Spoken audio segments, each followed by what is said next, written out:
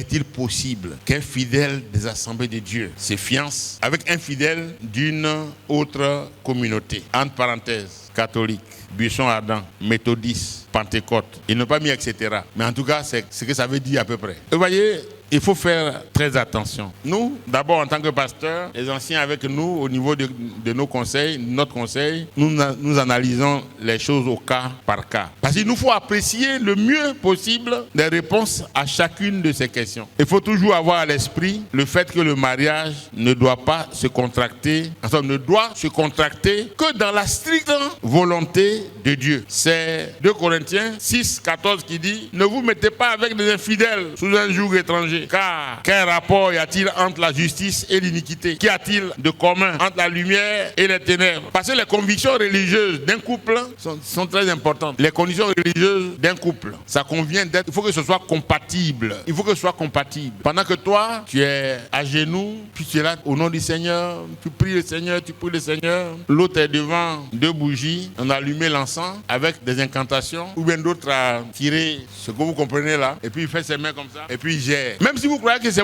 que vous deux là, vous pouvez supporter, mais vos enfants qui viennent là, ils copient qui? Vos enfants qui vont venir là, ils vont aller où? Ils vont être avec qui? Voici ce que j'ai noté dedans. Des conjoints qui appartiennent même à des dénominations, qui appartiennent à des dénominations ou à des communautés différentes, ils pourront s'entendre à condition d'avoir une harmonie doctrinale. Je veux dire quoi? Je ne parle pas de ceux avec lesquels on n'a vraiment rien en commun. Je prends quelqu'un qui est un membre des églises de la FECI, la Fédération évangélique, la Fédération des églises évangéliques de Côte d'Ivoire, dans lesquelles on a même les gens comme les Pentecôtes. Il n'y a pas les méthodistes dedans, il y a le buisson ardent dedans. Depuis un certain temps, ils sont là avec nous. Il y a quelques-uns comme ça dedans. Bon. Mais le problème, c'est quoi? Comme j'ai dit, il faut qu'il y ait harmonie doctrinale. Parce que s'il n'y a pas harmonie doctrinale, nous allons avoir des problèmes. Parce que le mariage chrétien, c'est ce qu'il faut noter. C'est-à-dire c'est un mariage qui met ensemble un homme et une femme qui croient en Christ Jésus. Ils sont nés de nouveau. Alors, ça implique un certain nombre de choses. J'ai dit qu'on prend en compte les positions doctrinales des églises qui sont en présence, bien sûr. Ça prend en compte la position des futurs conjoints après le mariage dans le choix de l'église qu'ils vont fréquenter. Ah non, elle va partir chez elle, et moi je vais aller chez moi ici. Vous allez faire ça pendant combien de temps? Vous allez faire ça pendant combien de temps? Il faut vous mettre d'accord déjà. Si on se marie dans cette situation-là, on va où? Nous deux là, on va où? Ça, on s'entend dessus. Alors, avant de venir nous voir dans ces choses comme ça, il faut déjà avoir réfléchi dessus. Ok. Il faut prendre en compte la position spirituelle des deux soupirants. Parce que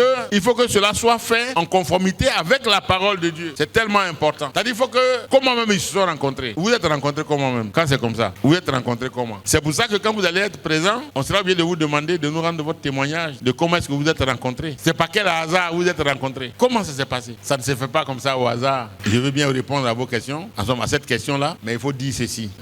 Quand toi-même tu regardes là, en posant la question de savoir est-ce que tu peux te marier à un catholique, tu as pesé ça, tu as bien calculé. Pourquoi tu veux aller vers un méthodiste? Tu as bien remué, tu as calculé. Nous ne sommes pas là pour juger les autres, mais nous vous disons ceci. Le mariage, il est tellement sérieux. On ne se marie pas pour 2 jours. Jésus a dit, on a vu ça au début, que quand on est marié, là, que personne ne sait pas ce que Dieu lui-même a uni. Que personne ne sait pas ça. Vous comprenez? Donc il faut bien réfléchir là-dessus.